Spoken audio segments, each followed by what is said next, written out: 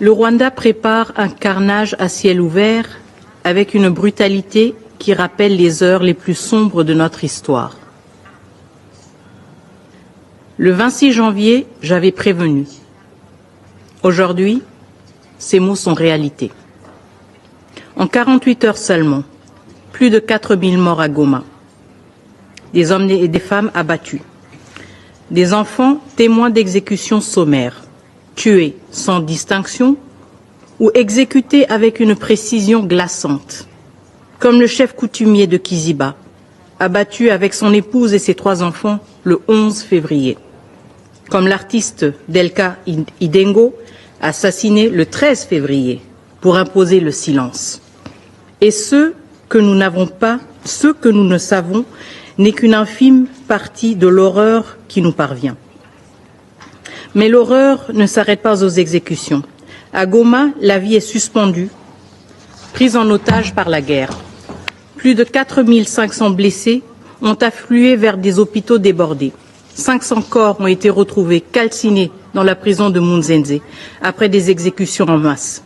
Chaque jour, la Croix-Rouge et le CICR ramassent des cadavres dans les rues, tandis que les morgues dépassent leurs capacités. Dans des camps de fortune, les cas de Mpox, choléra et rougeole se propagent, menaçant des milliers de déplacés sans accès à l'eau potable. Ceux qui survivent risquent de mourir autrement, sans aide, sans soins, sans évacuation. Les humanitaires sont pris pour cible, l'accès aux sinistrés bloqué. Voilà ce qui se passe quand un groupe terroriste prend le contrôle d'une ville et impose son administration criminelle sous le regard de ce Conseil. Ce Conseil qui observe, ce Conseil qui condamne, mais ce Conseil qui n'agit pas. Nous saluons la récente décision du Conseil des droits de l'homme de l'ONU d'ouvrir une enquête sur les exactions dans l'Est de la RDC, ainsi que l'appel de la CPI à recueillir des éléments de preuve sur ces crimes pour traduire les responsables en justice. Nous appuyons également la résolution du Parlement européen demandant la suspension de l'accord sur les matières premières entre l'Union européenne et le Rwanda, signé en février 2024, alors que Kigali armait le M23. Mais ce Conseil, toujours inactif, est le seul capable d'empêcher de nouveaux massacres et l'expansion de l'occupation. Il lui revient d'adopter des mesures robustes qui non seulement arrêtent les violences perpétrées par les troupes rwandaises et leurs supplétifs du M23, mais aussi mettent un coup d'arrêt au soutien d'un État membre de l'ONU à un groupe terroriste cherchant à renverser un gouvernement légitime et démocratiquement élu. Ce conflit ne se limite pas aux violences militaires, au pillage de nos ressources ou au déplacement, dépeuplement de nos territoires. C'est un projet politique porté par le Rwanda à travers le M23 et l'AFC visant à renverser notre régime par la force. Mais la République démocratique du Congo a fait le choix de la démocratie. Une démocratie en construction, certes, mais la nôtre. Nous avons choisi la liberté sous un régime civil et non la soumission aux armes. Nul ne peut nous arracher ce choix, surtout pas un régime qui, depuis 3 décennies, s'efface derrière un homme qui confond l'État avec son pouvoir personnel. Ce contraste est saisissant. D'un côté, un peuple qui bâtit son avenir sur la volonté populaire, de l'autre, un régime qui ne survit que par la force, l'intimidation et la répression. Aujourd'hui, ce modèle de gouvernance par la peur tente de s'imposer chez nous. Ce n'est pas seulement une guerre pour un territoire, mais une guerre contre notre choix souverain d'un avenir différent. Le M23 et ses soutiens rwandais cherchent à imposer par les armes ce que les urnes ont rejeté. Mais le peuple congolais dit non. Un peuple dont l'âge moyen est de moins de 25 ans, un peuple marqué par la guerre et les promesses ajournées, mais qui refuse la loi des armes. Il veut choisir ses dirigeants dans les urnes et non sous la menace des canons. Il refuse d'être la génération sacrifiée d'une violence imposée de l'extérieur.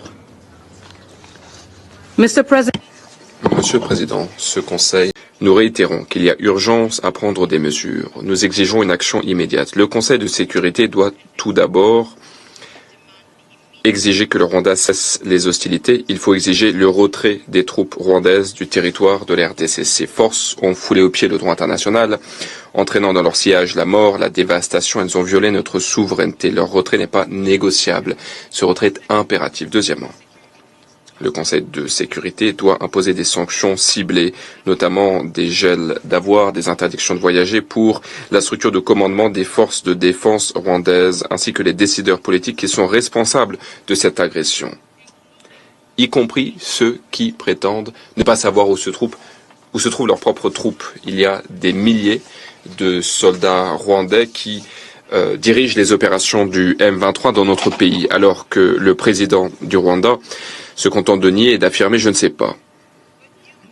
Mais vous, les membres du Conseil, vous savez, nous savons tous, les survivants qui ont dû enterrer 4000 corps à Goma savent, et à Goma, ces tombes portent un témoignage.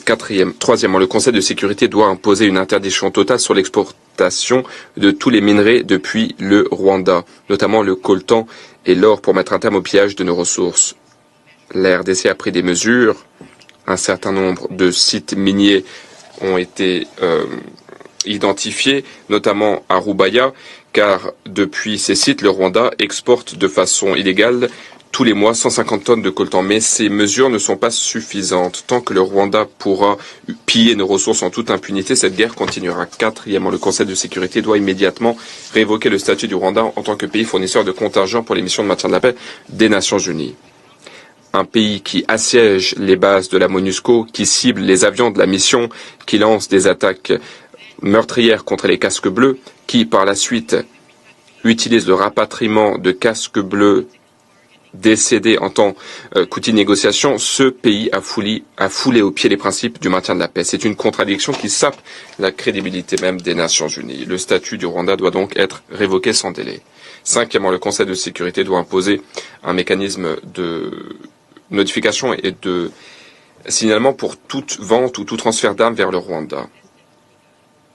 Toutes les cargaisons d'armes en direction de Kigali doivent être déclarées. Il est inacceptable que ces armes continuent d'atteindre ces groupes qui sont responsables de massacres et de déstabilisation régionale. Le Président, 3 réunions en moins d'un mois. Aujourd'hui, vous avez tous condamné le Rwanda dans vos discours. Je m'excuse.